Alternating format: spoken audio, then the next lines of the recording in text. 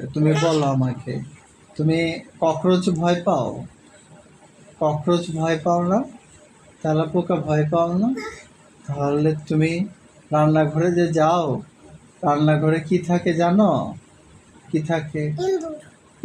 ইঁদুর। ইঁদুর।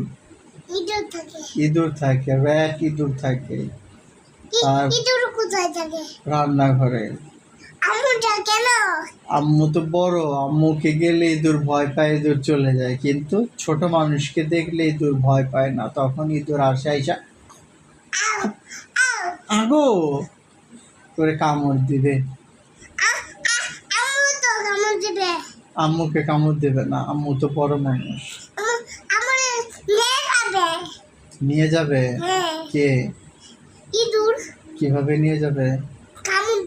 কামড় দিয়ে নিয়ে যাবে? খেয়ে ফেলবে? আর তুমি গেলে গুলি করে দিবা? তোমার গুলি আছে?